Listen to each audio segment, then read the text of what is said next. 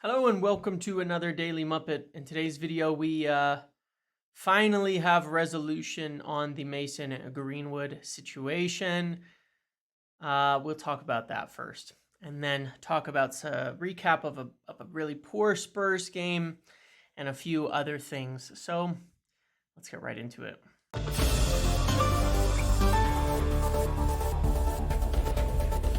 All right. So number one, obviously, first and foremost, we have the Mason Greenwood situation.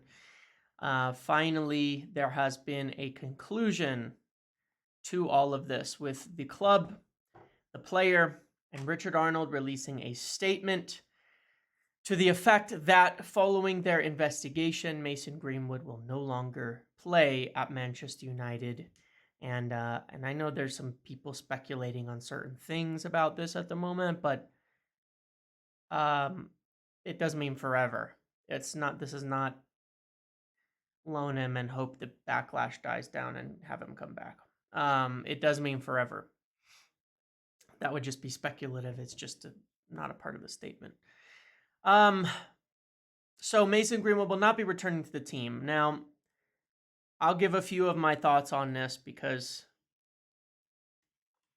I'm not happy, and it's not about the verdict of what is happening or Greenwood returning, not returning. It's not been about that for me for the last couple of weeks on this, with all of the things that I've heard and said and saw and everything I've heard over the last year and a half, frankly, on this. Here's what they've said in the statement, and then I'll explain. It says they've concluded their internal investigations into the allegations made against Mason Greenwood. It says all of the things that they've said. It said, based on the evidence available to us, we've concluded that the material posted online did not provide a full picture and that Mason did not commit the offenses in respect of which he was originally charged. Yeah, so let's just think about this for a minute. And here's why I have no praise over the situation. I don't like it. I don't like what they've done, because since February, 6 months, 7 months they spent doing an investigation based on observing evidence and finding whether or not Mason Greenwood should play for Manchester United again, whether he did anything wrong or all of that. And they've concluded that he didn't, but they're going to let him go anyway because they're scared. And I mentioned this maybe last week on one of my videos, that even if it's the right decision, I don't like it because of how it's gone about. I don't like it from the perspective of the process itself. Why go through an investigation to conclude someone didn't do something and then release them? You're essentially, again, saying, we think he didn't do it, but we don't want to deal with the problem. You could have done that in February and saved everyone the hassle of all of this and the stress and the concern and the worry. You could have said, listen, we don't know. It's not our place to decide. We're not the judge, jury, and executioner. We are not the legal system. We are not qualified to investigate criminal proceedings. It's best if Mason, who has been cleared of all charges, departs and rebuilds his career elsewhere. They could have done that the day after the charges were dropped in February. Is that not what Manchester City did with Mendy? As soon as it was over, they let him go. He went and got a new club. Would it not have been simpler? Would it not have been better to do that if you were going to release him regardless of the investigation? That's the point. If you're going to do the investigation, why are you doing it if the outcome is simply that you're going to let him go? 7 months of stress, 7 months of time, 7 months of leaks, 7 months of problems, 7 months of concerns. And worse than that as well, not worse than that, but in addition to that, it's not worse than that actually.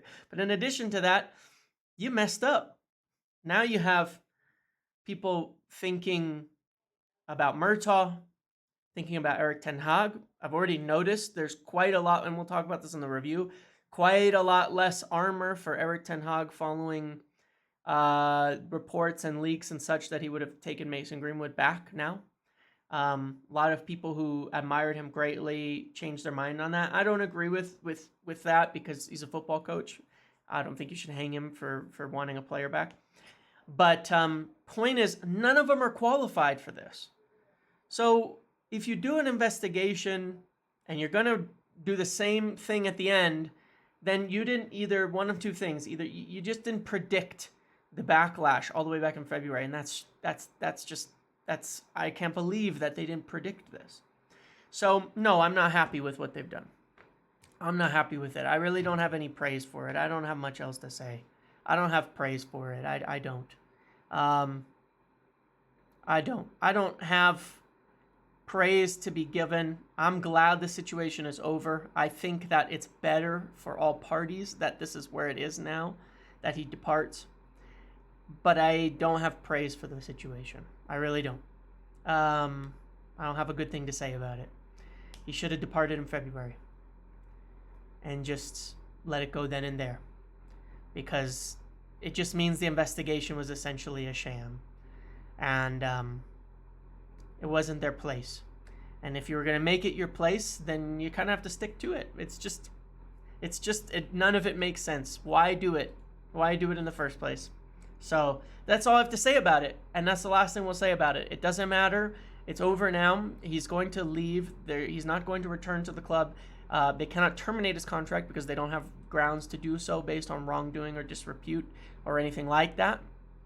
But they will mutually agree likely to terminate or send him on loan somewhere or something like that. They'll try to find, I think it may be a loan because they're going to work to find a place where he can go play. That would work for him and for the club and assist him in doing so. And all that tells you is that they're acting like towards the player, like they know they should be bringing him back, and they're trying to take responsibility for helping him revive his career. And that's my point on it. It's a weird situation. Because it's not about. This was the thing I was trying to say. This is really, really awkward, right? Because I'm not trying to tell anybody that he didn't do wrong, and that he is innocent, or that he didn't commit a crime or anything like that. I'm not trying to tell anybody anything. People should definitely evaluate and make their own decisions, and people have, and that is totally fine. If you're going to act like he did nothing wrong, then you're doing all of this to protect yourself. And I don't think that sends a good message to other players in the team. Let me put it that way. It's a weird situation. I don't think it sends a good message. It's not worthy of praise to me to be protecting yourself. If you think someone didn't do anything wrong, then wouldn't the right thing to be to stand up for them entirely and take the brunt of the backlash? I don't know. That's why it doesn't make sense. That's why they should have let him go in February and not made it their job, because it wasn't. And they're not qualified to handle it. Maturano is not qualified to adjudicate on innocence or guilt or anything like that. And so if they're worried about the PR, the backlash, the distraction, the situation, which they obviously are, they should have just ended it in February. And that would have been the right decision. So anyway, that's all I have to say on the matter. Let's move on to Spurs. So in terms of Spurs, that wasn't a great game. I think that the first half was a lot better. Missed a lot of good chances. I think you could see a bit more what was going on. But to me, I have the same concerns as I had versus Wolves. I actually don't think the midfield is that bad. I think they tire. They run out of steam. I thought Mason Mount actually was quite good for the first half. I thought Bruno created a lot of chances. I thought we should have scored a couple of goals, had an absolutely blatant penalty denied, which I knew was going to happen. And then it went to crap in the second half after the goal was conceded. And here's how that goal was conceded. And this is the same concern I've had against Wolves and what I talked about in the review. A lot of talk about the midfield. A lot of talk about the gaps and spaces. And I agree. Except, how was the first goal conceded? Ball goes up. Luke Shaw runs forward. Mount and Bruno start getting forward. And the ball is passed from a winger directly to the defender, creates a counter where the transition defense is then totally out of position and totally not set, and results in disorganization leading to the goal. People not knowing who to track. It is really hard to organize a haphazard transition defense when you have 8 players forward.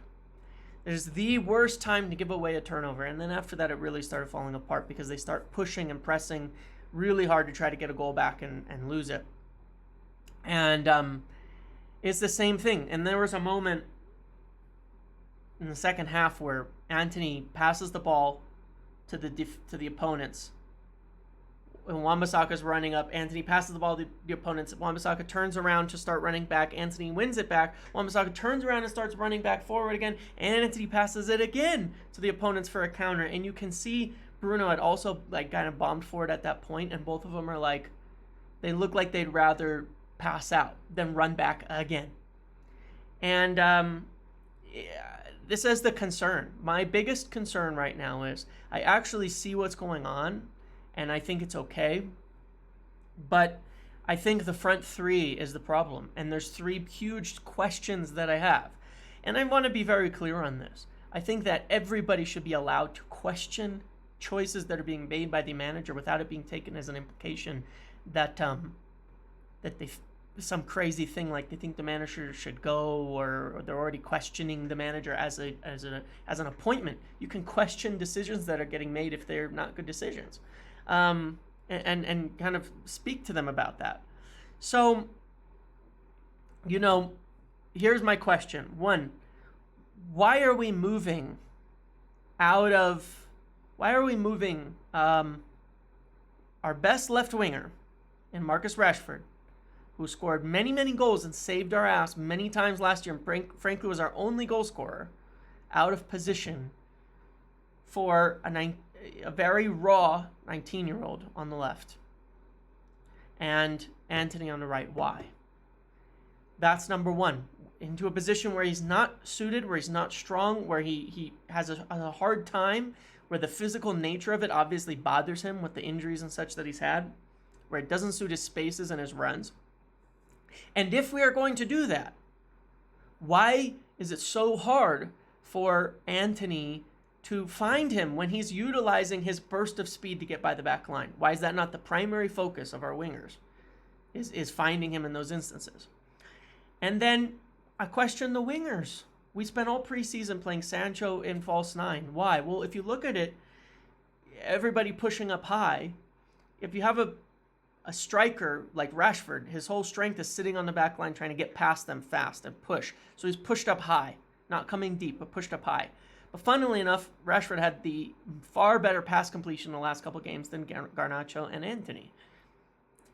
So he's doing a better job than he gets credit for, but it's a very tough role, and the people around him aren't doing the best job. But when you have this 4-3-3 with these midfielders coming up, if your striker's dropping deeper a bit more, then your midfielders don't have to come as high up to link up the play, and you have fewer gaps. You think of it like front 3, 2 midfielders. Well, if your striker comes a little lower, then these midfielders can stay back a little further, and there's smaller gaps to make that kind of diamond in the midfield, with the wingers providing outlets and stretching the game. And that's essentially kind of why you'd want a Harry Kane not to play false 9, but to drop in a bit and have those wingers making runs off of them to kind of stretch the defense and pull the defenders away, but the striker coming a little closer to the midfield, so you don't have the midfield having to go all the way into the front line, and you don't have these huge gaps. It's a self-fulfilling kind of prophecy. I don't think the midfield is the issue. It's an issue of not having the right setup with striker. If you had Sancho dropping in a little deep, then the midfield wouldn't come so high, the gaps would be smaller, and I think a lot of things would work better. And I think it's the same with Rasmus Højlund, and that's why they signed him.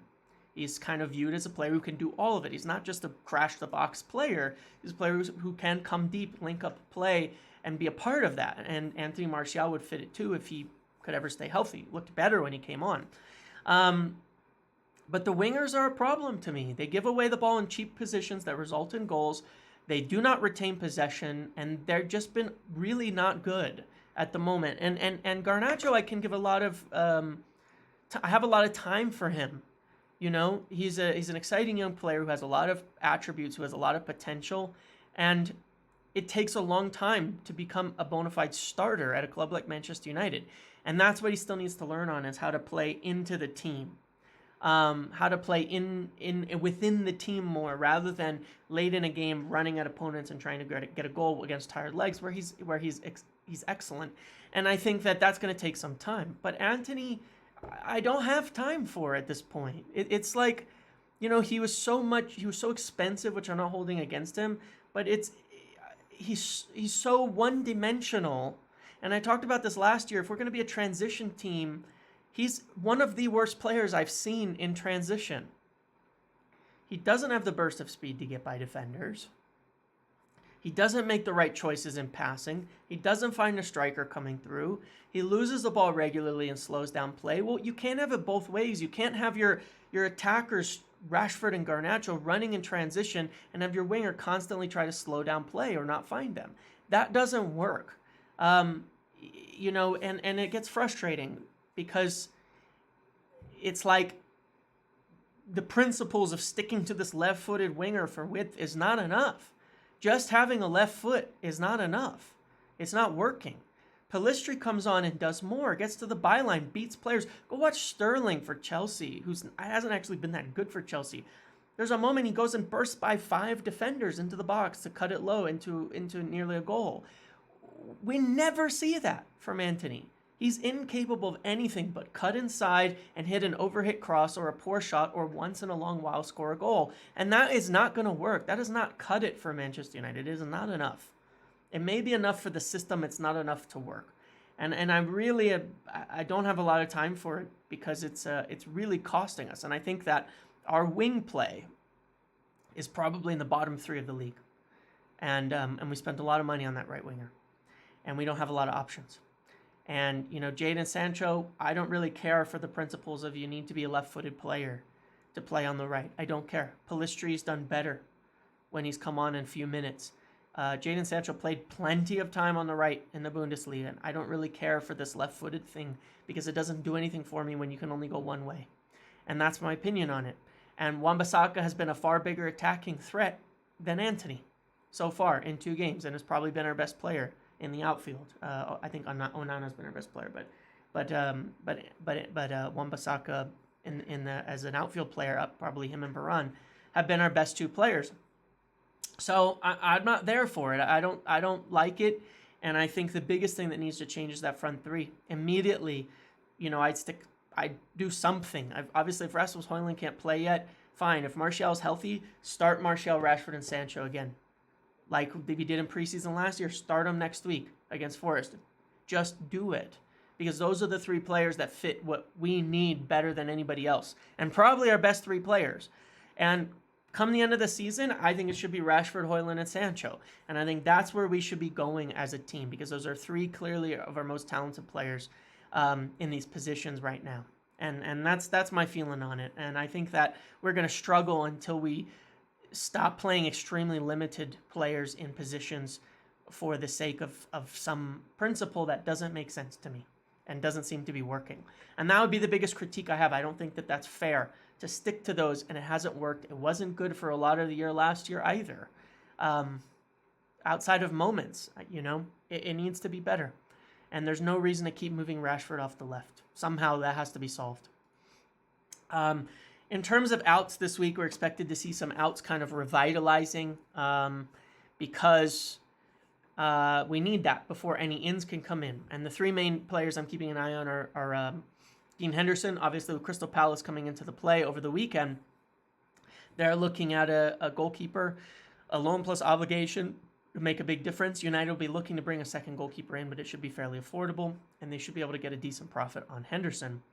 The other one is, of course, Donny van de Beek, who has not been included in the team and who is still, essentially being worked on the way back. And, and then in addition to that, finally, I think that some more youth players. Noam Emeram has been sold. There's still likely that, I don't know what's going to happen now if players like Facundo Pellistri will be allowed to go where they've been being worked on loans, because The window's almost over, and he was, I think, a player who would be likely to go on loan. But without Mason Greenwood and with the limited options we have in the attack, I don't even know that you can now. He needs more consistent minutes, but can you? Even when Højlund comes in, you're limited, especially if Martial picks up another injury. We don't have a lot of players. And so, yeah, I don't know what's going to happen there, but Henderson and Van de Beek should allow us to make a move for somebody. And then there's the, McTominay as well as a possibility. And that brings me to Amrabat and Gravenberch. One of the things that's been confirmed that I was talking about in a video last week or week before, even at this point, was that, Erik ten Hag sees Kabi Mainoo as a number 6. And he made comments in his press conference about that, about, Kabi Mainoo eventually being there to play, in the Casemiro position and all of that. And so they want somebody, if he's going to stick with his principles on this Mount Bruno Casemiro midfield, and I think he's going to, because he spent a lot of money on those guys, and I think he's going to stick with that, is continuity. Eriksen can't really do the same. It's a different role. He's closer, but it's a different role to Mount and Bruno. And Scott definitely isn't. Gravenberch is. Gravenberch would fit into the Mount and Bruno kind of role continuity-wise. Amrabat does a bit, but he's, one of the things I've said is Amrabat is not the top choice in the midfield. Obviously, we had Onana, who's going to be extremely expensive. That's part of the problem, why they're not looking for it. And, other players that are out of reach, like Tchouaméni and such. But Amrabat is there to be done. I don't know that he's exactly what they want. And that's why it keeps not happening. That's kind of the issue. And so they're working on these outs. In January, they approached Bayern over Ryan Gravenberch. And they ended up with Marcel Sabitzer instead because Gravenberch wasn't available. In March or April, Gravenberch said to his representatives that he wanted to go to England and he wanted to play for Manchester United. If he's available, there's obviously so many boxes this checks in terms of why he could be a signing for United. I don't love it. I don't want another because he played for Ten Hag player. I mean, both of these guys are, unfortunately, Amrabat and Gravenberch. And I'm concerned by it because I don't think the recruitment has been perfect in this regard. This is one of the huge weaknesses that we've had. Obviously, we're going to see with Højlund. We're going to see with Mount, who I actually think has been a lot better than people are giving him credit for, especially against Tottenham. But Gravenberch is not impressed since leaving Ajax. And I don't think he's the right fit for this team. I don't think he's what we need. I'd rather someone like Onana that the club highlighted as a target, who's an exceptional player. I'd much rather someone like that than a Gravenberch. So I wouldn't be surprised, though, to see him come in. I really wouldn't. And they're exploring both of these avenues, and in the meantime, while looking at outs. And then finally, the attacker I mentioned last week, and this ties into the Greenwood situation, but this does because Erik ten Hag expected to have Mason Greenwood. He was told he would have him all summer. He was told he would have him by August. He was told he would have him before. And he expected that he was going to get another attacker in to add to this complement that he has now. Someone who's as well left-footed and can attack and can score goals. Now you don't have him. And you're not going to have him. And so they need an attacker. And last week I said there was a real push for that. You can see why. We cannot score goals. We do not have the personnel for this. We have to rely on Anthony Martial's fitness. We have to rely on a 19-year-old. We have to rely on a 20-year-old. Even with everybody healthy, we have one proven player in the Premier League in Marcus Rashford. That's it. Realize that for a minute. We have no other proven attackers in Premier League football than Marcus Rashford. And that's shambolic, actually. That is shambolic. We have nobody that even equaled Greenwood's best season outside of Marcus Rashford. Just think about that for a second. That's the state of the attacking players that are at United right now. So Erik ten Hag really wants an attacker. He's really pushing for one. And, yeah, I don't know. I don't know what's going to happen now.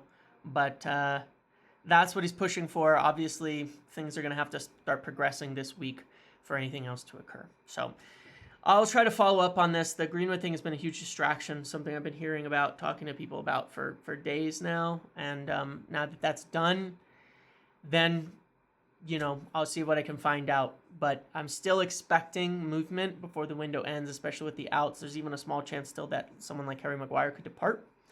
So we're just going to have to keep an eye on all of this. But I'll try to find out with this kind of resolved now what happens next, especially in the attacking department, because I almost think that's going to become more of a priority than the midfield. Erik ten Hag's going to want both at the end of the day. And I don't know if they're going to be able to provide that with the amount of time left. But, you know, we need to focus and see if these outs can also move in very quickly, in Henderson and Van de Beek especially. Okay? Thank you for watching this video. Let me know your thoughts below. I don't know if I expressed myself the best on the whole first section, but it's just the situation is almost astounding to me in how it's been handled. And it's hard to think with. So anyway, that's my thoughts on it. Thank you all for watching, and I'll see you in the next one.